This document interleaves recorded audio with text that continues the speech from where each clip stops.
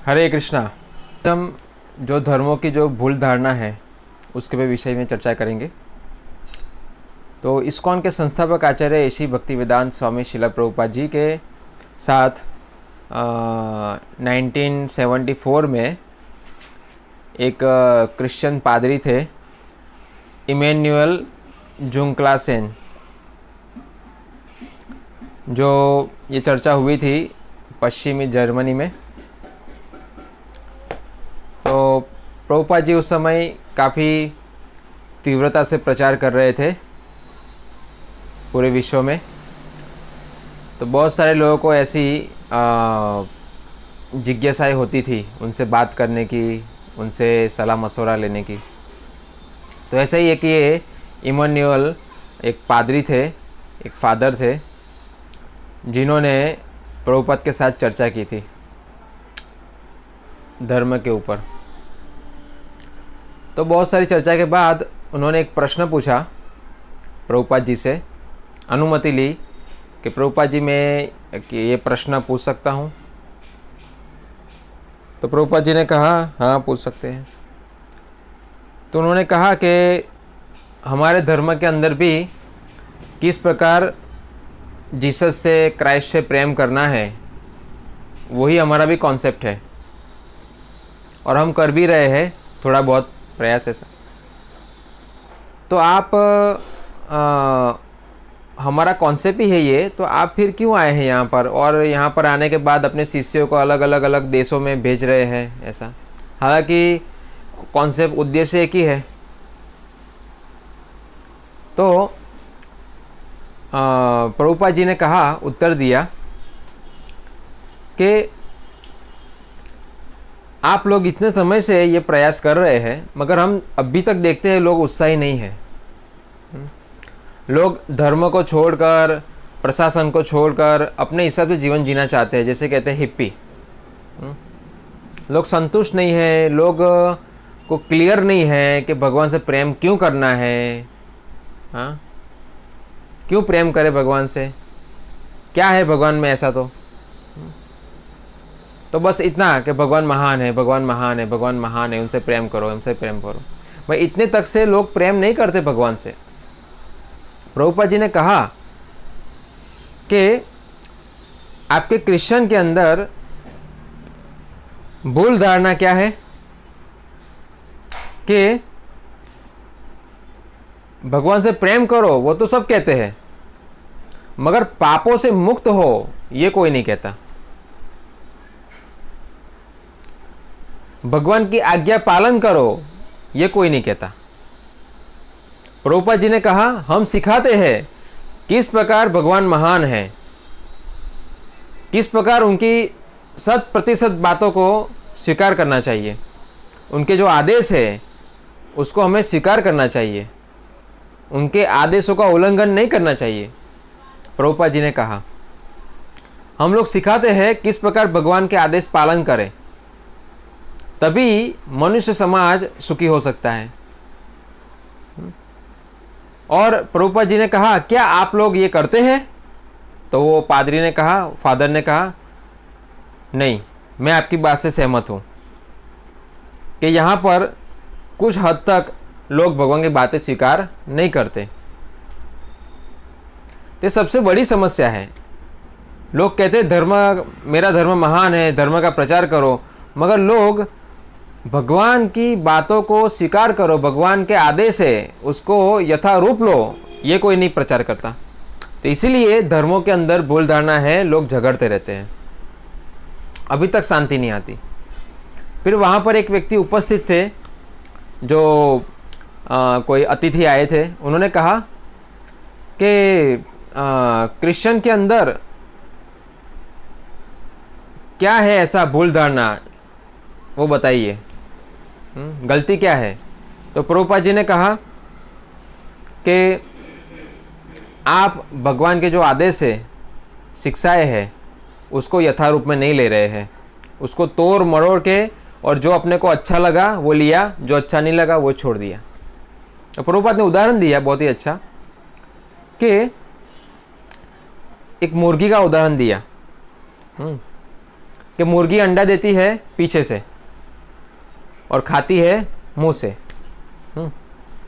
तो किसी ने तर्क लगाया कि अगर मुर्गी अंडा पीछे देती है तो फिर सिर्फ पिछवाड़ा ही रखना चाहिए, आगे का गला काट देना चाहिए, क्योंकि आगे गला जो है वो बहुत ही महंगा है, खर्चा बहुत कराता है, और अंडा तो पीछे से देती है।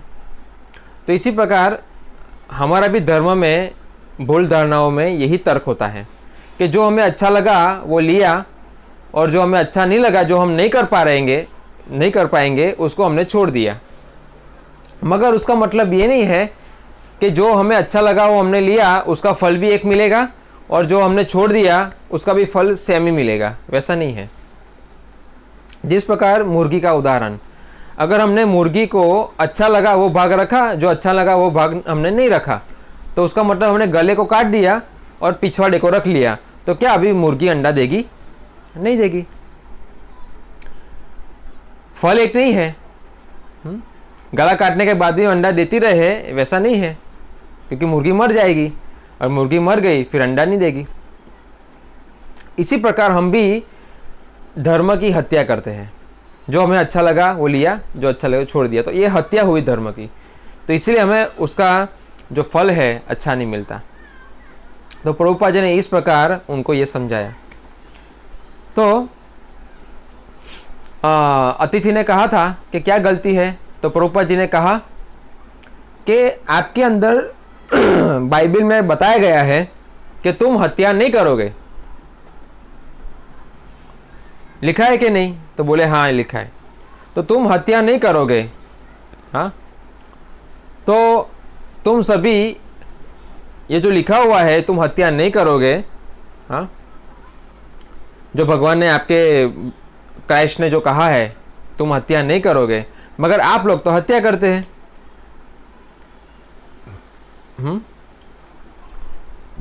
तो ये सबसे बड़ी समस्या है।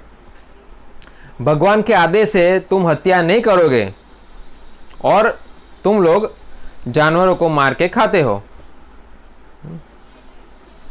तो फिर उन्होंने क्या तर्क लगाया कि ओल्ड जो टेस्टामेंट है उसमें कहा गया है तुम हत्या नहीं करोगे, उसका मतलब यह है कि तुम जो इंसान है, मनुष्य है, उसको नहीं मारोगे। यहाँ जानवर के बारे में कोई बात हुई नहीं है, उन्होंने अपने तरीके से ले लिया। तो प्रभुपाद जी ने कहा कि अगर जीसस क्राइस्ट कम बुद्धिमान लग रहे हैं, हाँ, क्योंकि उनको एक शब्द लिखने में क्या प्रॉब्लम हुई? अगर ये लिख देते तुम नर हत्या नहीं करोगे, तो उसमें क्या समस्या थी कि उन्होंने ये लिखा कि तुम हत्या नहीं करोगे। उसका मतलब कि क्राइस्ट कोई बुद्धिहीन थे ऐसा नहीं था, वो बुद्धिमान थे, इसलिए उन्होंने ये कहा कि तुम हत्या नहीं करोगे। उसका मतलब हमें सीधा लेना चाहिए, हमें किसी की हत्या नहीं करनी चाहिए। मगर हमें जो अच्छा लगा वो हमने लिया, जो अच्छा नहीं लगा वो हमने छोड़ दिया। हाँ, हमने अपने हिसाब से बना दिया शास्त्रों को कि तुम हत्या नहीं करोगे, उसका मतलब मनुष्य की नहीं करनी है, जानवरों को मार के खाना है। वहां पर भगवान ने कहा तुम हत्या नहीं करोगे, उसका मतलब सीधा लेना चाहिए, किसी की भी नहीं, जानवर की भी नहीं, मनुष्य की भी नहीं। उसका सीधा अर्थ लो ना, टेढ़ा मेढ़ा करके क्यों अर्थ निकालते हो? प्रभुपाद जी ने कहा। फिर उन्होंने तर्क दिया कि ठीक है चलो, तो आपके अंदर भी लोग फल खाते हैं, अनाज खाते हैं, दूध पीते हैं, हाँ, तो वो भी क्या हिंसा नहीं है? प्रभुपाद जी ने कहा वो भी हिंसा है, क्योंकि कृष्ण भगवद गीता में बताते हैं पत्रम पुष्पम फलम तोयम यो में भक्ता प्रयच्छति तदहम भक्ति उपहितम अस्नामित प्रयतात्मना। भगवान श्री कृष्ण कहते हैं जो भी खाते मुझे अर्पण करो, मुझे अर्पण के बिना कुछ मत खाओ। तो हम भगवान ने तो कहा है कि जो भी ये सृष्टि के अंदर मनुष्य के लिए जो खाने के लिए बताया गया है वो भी भगवान को अर्पण करके खाना है, और वो तामसिक नहीं होना चाहिए, जो भगवान को पसंद है वो खाना चाहिए। तो भगवान ने कहा है अपनी पसंद, पत्रम पुष्पम फलम तोयम, उसमें मांसाहार नहीं आता है, किसी जीव की हत्या नहीं होती है। बल्कि जब हम लोग फल खाते हैं तो पेड़ मर नहीं जाता, गाय का दूध पीते तो गाय मर नहीं जाती। आलू काटने में और किसी गर्दन काटने में अंतर रहता है। हाँ? आलू काटते हैं तो आलू अपने आप को छुड़ाता नहीं है कि ना मुझे मत मारो, मगर मुर्गी छुड़ाती है, मुर्गी चिल्लाती है, बकरा चिल्लाता है।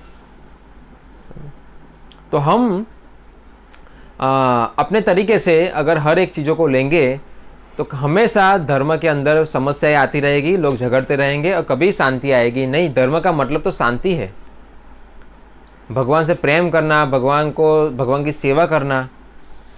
तो प्रभुपाद जी ने कहा कि अगर आप लोग क्राइस्ट से प्रेम करना चाहते हैं तो आप जीव की हत्या कैसे कर सकते हैं, अन्य प्राणियों को कैसे मार सकते हैं।